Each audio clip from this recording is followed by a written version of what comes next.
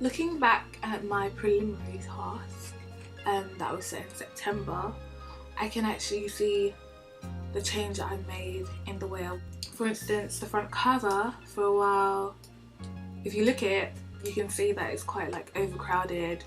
I didn't really put emphasis on the model and the main theme, which was education. Though she's holding a book, it doesn't really portray the kind of education film. I can also see that I have quite a lot of clutter in the image, so there's distractions from the plant in the background. You can also see that there's glare against the glass in the background, there's a door there, a window, there's like a bunch of things that really are distracting. Because of these things that are in the background, my main features, so like for instance the extra load, because of the varying colours, that really was like one area was brown, another area was grey. That meant that I had to change the font in half. So basically one side of the font was black, the other side was white, and it's very distracting. It doesn't look very professional. It's not really appealing to the eye. There's also issues with readability, like it's not very readable in some areas. Though I do like the font I used, but I don't think it's very readable especially on the left hand side where there's a plant there. It's not very good in that area. Also, what does it mean to be half-term wise? Now, I felt like that was a splash across the page, and I could have made that a lot bigger, because I think that was meant to be like a main feature for that issue. Also, I tried to put in a bleed, but it didn't work so well. So the white background of the bleed is actually in there instead of just the actual silhouette of the person, and it looks a bit messy. That wasn't carried out very well.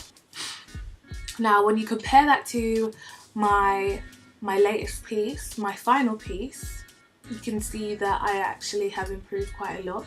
I understand lighting a lot better.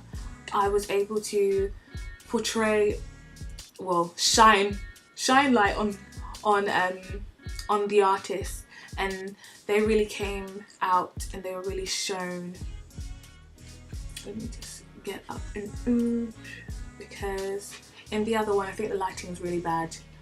The model looks like she's under a cloud, so it doesn't look that good. In my final piece, my latest one, the Jukebox magazine, I was able to, though there is a shadow there because I didn't want to make the image flat, and I didn't want to create a flat image for my educational one, but I didn't know at the time how to create a good shadow in the background to make it look a bit more 3D. Whereas in this one, the background is white, which is very clean and very contemporary and fits very well with my genre. I also added some shadow behind the artist, which creates that kind of 3D effect. Also, I didn't overcrowd the page. I did not put in unnecessary things like I did on that side. Just that I have two graphics, and those I think are necessary to flow with what I was trying to portray for the magazine.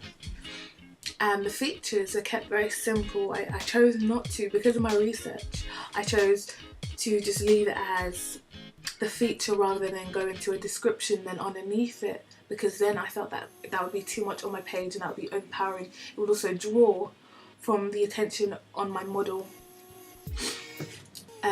Now going to my contents page for my preliminary task, I can see that I did include the masthead on this page. Now I can see that it's quite funny how this is working out, because I felt like for my contents page it's too plain. It doesn't excite you enough, whereas my cover page, it's too much. It's got too much information on it for one. It's got too many images, too much for the audience, the viewer, to take in.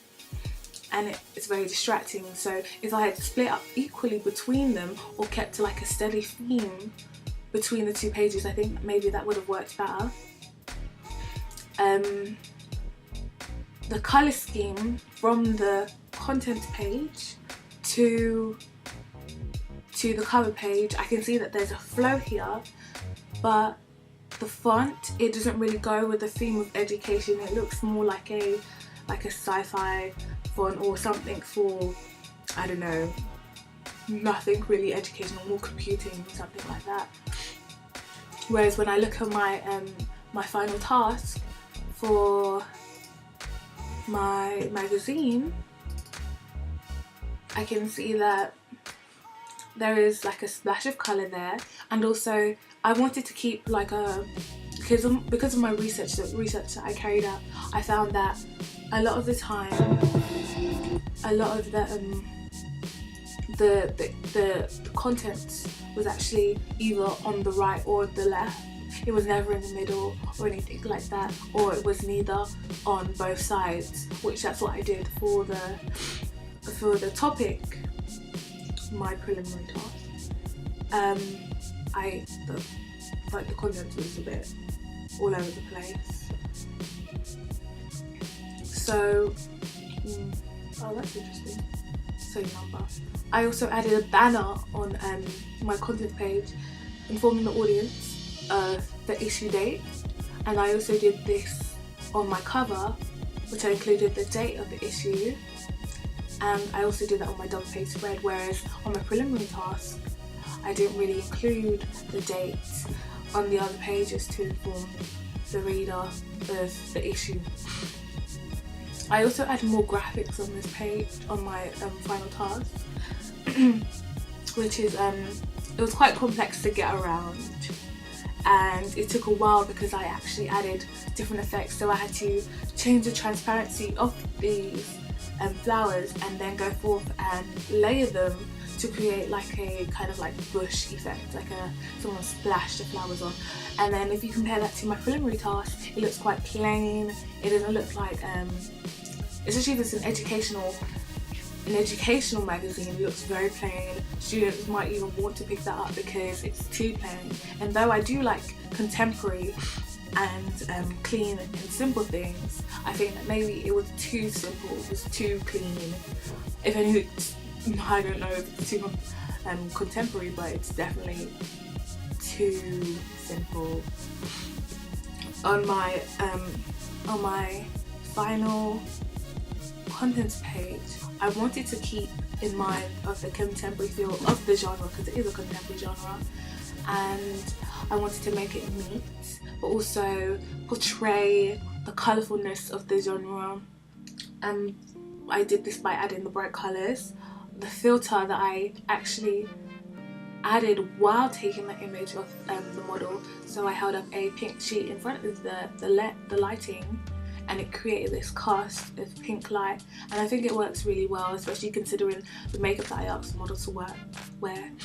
This was done because of the research that I carried out. I think if I carried out more research into educational magazines while I was doing my preliminary task, I think I would have had more of a successful magazine for educational purposes. And I think that my contents page and cover page work well because I did the research of the genre, and I did research of music magazines in general and what's the norms and what the conventions. Though some of the things I did do were unconventional, I did them because of reasons relating to the genre. So I would actually make some unconventional choices in regards to positioning of titles, the influence of flowers, and also some of the topics that I speak on because of the research I carried out into the genre, finding that one, it's a very female dominant genre. A lot of female like women listen to neo-soul and a part of the neo-soul culture. For instance, when I went to the Afropunk festival, there was a dominantly female audience there, and I took this into mind and I took this into practice. So I added bright colours onto my cover and content page, knowing that it would appeal it's appealing more to a female audience.